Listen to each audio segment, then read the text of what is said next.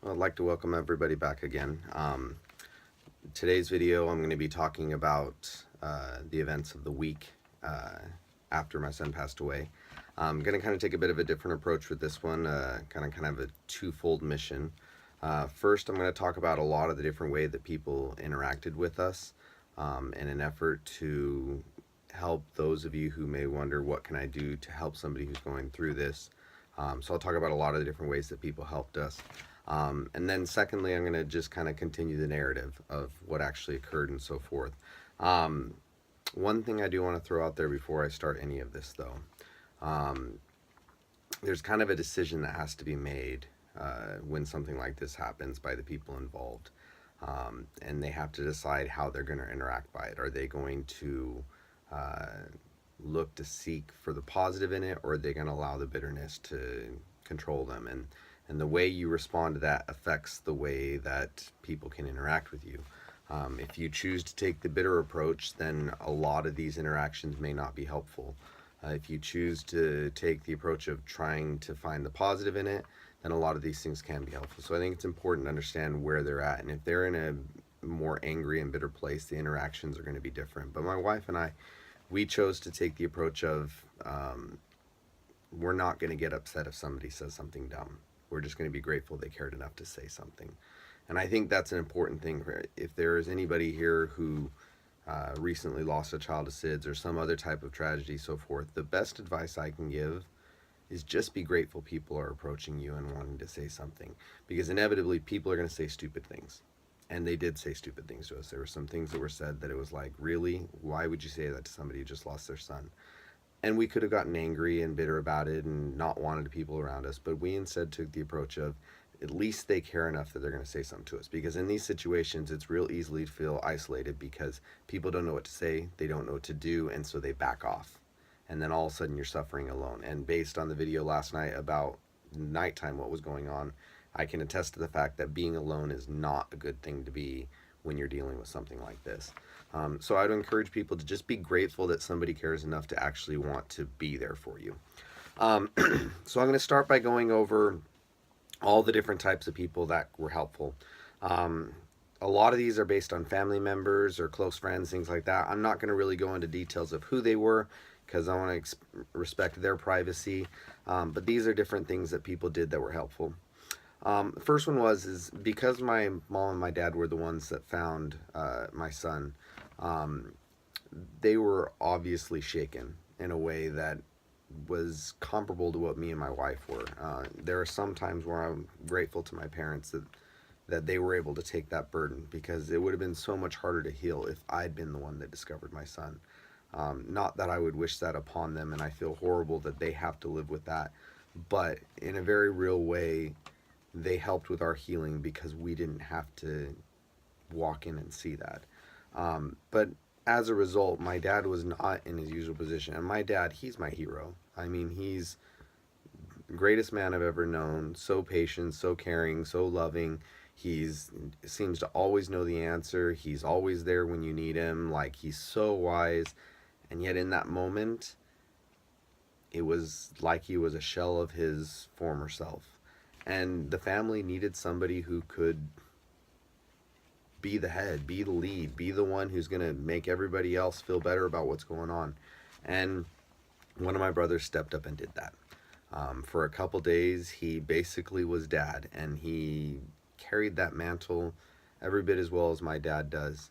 And then once my dad was in a position to be ready to take over and be dad again, he stepped back and he just let him do that thing.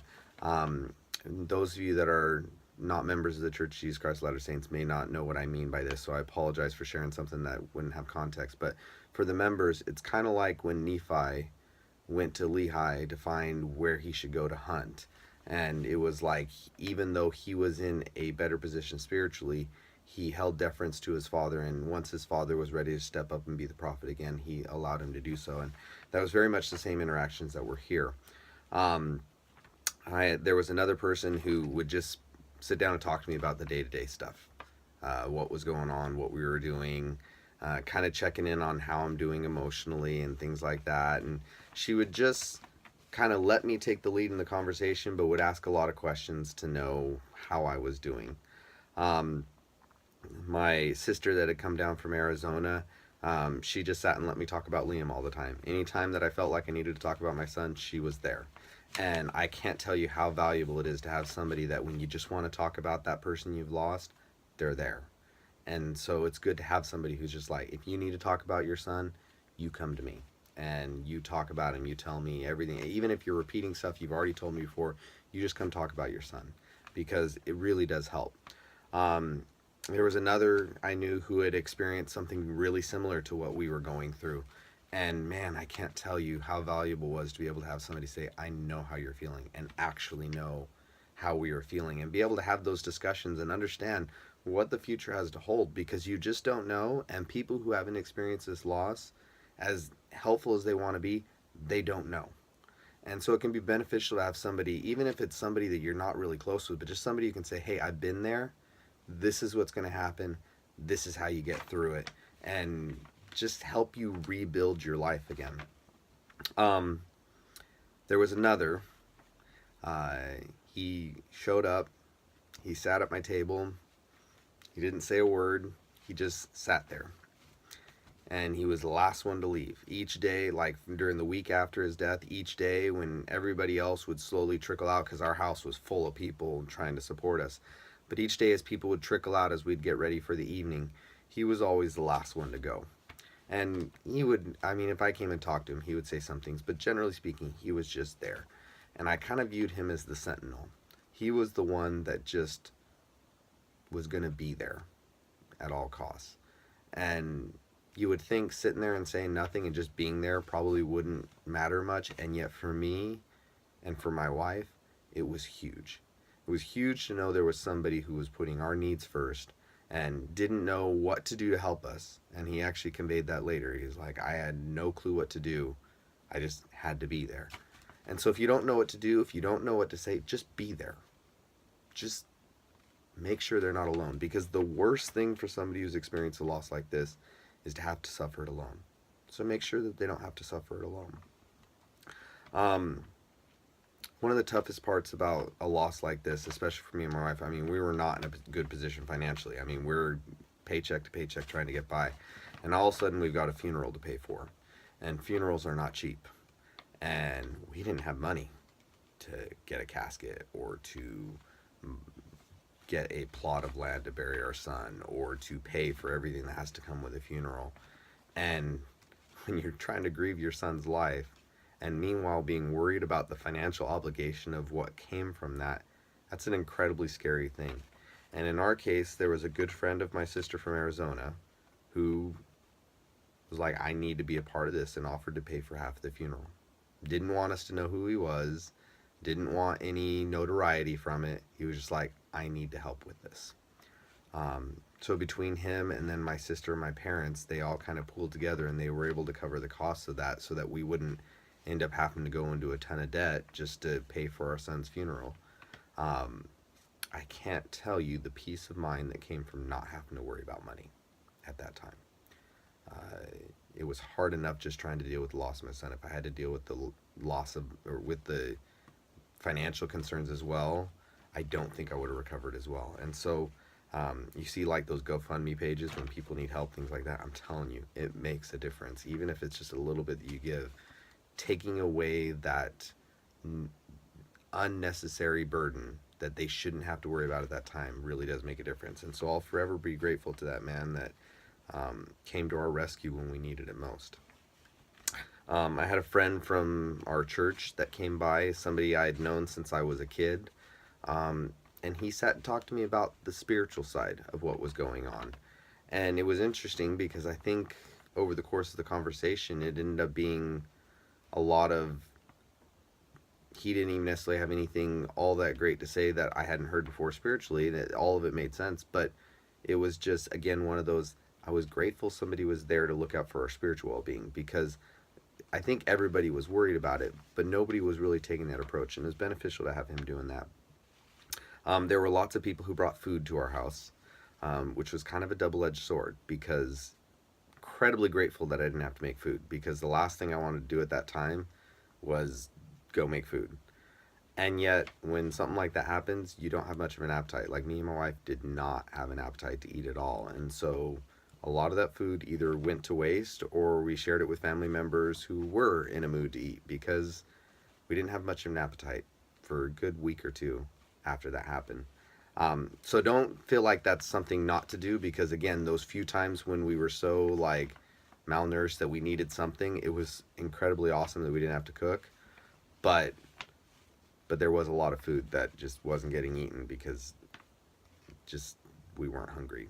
Um, there was also some that would come to us and there would be this very familiar conversation where at the end of the conversation they would say to us, I should be comforting you. And it would be a situation where I could tell somebody was deeply affected by the loss of our son and they're having a hard time dealing with emotionally, and now all of a sudden I'm comforting them because I want them to know that it's okay. I know where he is. I know where he's going. I know I'll see him again. And you would think that that would be not helpful, that like if you're struggling that much, go deal with it on your own, and when you're in a good place, come to the parents. And yet I'll tell you what, when something like this happens, it makes you feel worthless, because when you're a parent and you have a kid, like the first most important duty you have is to keep that kid safe. And when all of a sudden you can't, it makes you feel worthless. It makes you feel powerless. It makes you feel like you can't do anything right. And having that moment where you can help comfort another person makes you feel a little less worthless. And so, not that I would want to be surrounded by people needing me to comfort them, but it's not a bad thing. If that's genuinely the place that you're at, again, still be there. Be with them. Let them help you.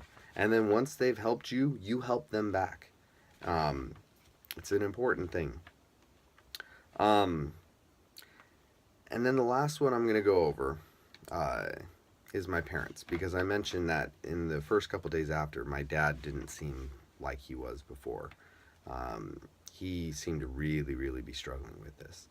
And I think it was about the second day after, all of a sudden, he had a complete 180, and he was back to being himself. He was back to being dad, and he was the man. And him and my mom, they took us everywhere, because the thing that's unfair about when things like this happen is you lose your child, all you want to do is grieve for them, and yet you have a million decisions to have to make. You have the financial concerns that thankfully we didn't have to worry about. You have the decisions about what to do with the funeral, like what kind of casket are you going to use, and what kind of programs do you want at the funeral, and what type of flowers do you want, and how do you want the funeral to go, and where do you want different parts of the ceremony, and what type of plot do you want to bury him in, and just a million and one questions that are just the last thing that you want to be worrying about. And my parents went with me and my wife to every single one of those moments to help make decisions. And they didn't make it for us, and I think that's an important thing. They didn't tell us what we should do. They said, you do what you need to do, we will make sure it's okay. When we were looking at caskets, and there was a lot of different price caskets, and me and my wife were like, we want to go with the cheapest one possible because we know that like we're infringing on other people's finances to make this happen. And they're like, no, you go with the one that best honors your son. Do not worry about the money. We will make sure the money's taken care of. When we were talking about which flowers to grab, they were like, you go with the flowers that you feel are best representative of him, and we'll make sure that that gets taken care of. And once we made the decisions, they followed up. They made the calls to make sure everything was on track, to make sure things were going the way they were supposed to. But they were like, but it's important you make the decisions. And once you've made the decisions, we'll take care of the rest. But you got to make the decisions. And those are some of the hardest decisions I've ever made, because they're decisions I didn't want to make. I was like, can you give me 3 or 4 more weeks, and then we can sit and talk about how we're going to deal with this funeral, because I don't want to deal with this right now. But they were there through all of that. And I'm telling you right now, if you know somebody who's going through this, make sure they have somebody to be there with them every step of the way. And it needs to be somebody that they're close enough to that they're not going to feel like they're trying to barge their way into something that's not their business. But they need somebody, a parent, a sibling, a really close friend. They need somebody who can be there every step of the way. You give a couple examples. There are moments where just randomly you're going to break down crying for no reason. We were looking at flowers, and my wife and I broke down for no reason. We when we were in the funeral home making decisions about what type of headstone we were going to use, what we wanted on it, things like that. We go out into the car, we're waiting in the car while my parents are finalizing some stuff, and while I'm out there, I see the people digging my son's grave. It was in a graveyard that was just for little children. It was like this special plot of land that they would only bury little children that died. And because they do it that way, they have to dig the graves by hand. They don't like use any machinery. So I see these two men using trowels, just digging a hole for myself, and I broke down. And I mean, if I have to drive home after like my eyes are red and I'm crying all over the place and everything like that, that's not a good thing to do. My parents were there. They drove me home. They let me cry. They let me talk, so forth. But they were there the whole way. And so they were able to help a lot in dealing with what's there, because I didn't have to worry about what if I break down at some random moment, because there was somebody there who could step up and take control until I was ready to go forward with it again. I think the biggest thing I want to get out of this is don't not go to the person who needs help because you don't know what to say or you don't know what to do. Because the reality is nobody knows what to say and nobody knows what to do. There are no magic words. There is not anything that you're going to say that's going to make it better in that moment. Getting better comes over the course of months and years and making your peace with it. But you're not going to say anything to make it better. So don't try to. Just be there. Say something. Do something. Make sure they're not alone.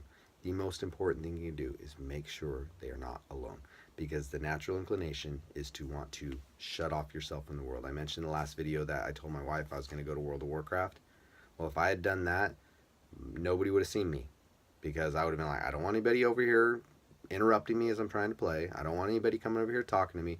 I just want to be by myself and deal with what's there. And that is the worst possible thing I could have done.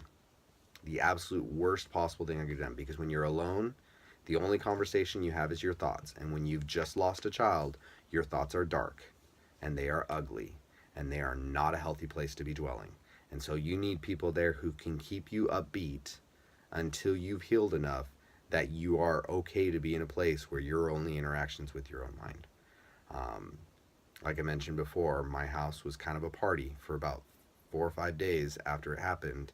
I don't know if we didn't necessarily plan it that way, but all my brother's sisters, some friends would come over. They'd bring their kids. We had like 20 kids in our house. They're sitting playing video games. They're talking. They're having a good time. Some of them, I don't even think they realize what's going on. They just think we're having a big family get together. And yet everybody was there. Nobody was alone. And if I needed a little time to myself, I'd go into one of the rooms and people would leave me be. But oh my goodness, how great was it to have so many people who were willing to be like, hey, you are the most important thing right now.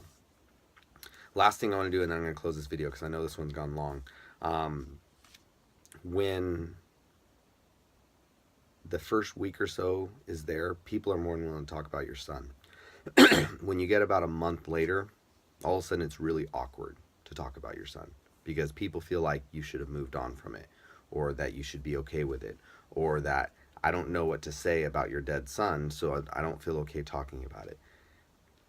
We need to change the narrative there. We need people who have lost their children or have lost people they're close to understand that if you need to talk about them to feel better, you can talk about them anytime you want. If it's 3.5 years after the fact, but in that particular day, you need to talk about your son, then I'm here. Talk about your son. I have family members, I have friends, there are people who have told me, if you need to talk about your son, you give me a call and you can talk to me. And that's the most helpful thing I've ever had, because some days you just need to talk about your son, and you don't need the weird look or the awkwardness or the, man, I'm going to get out of this conversation as quick as I can because it's going to a place that's uncomfortable.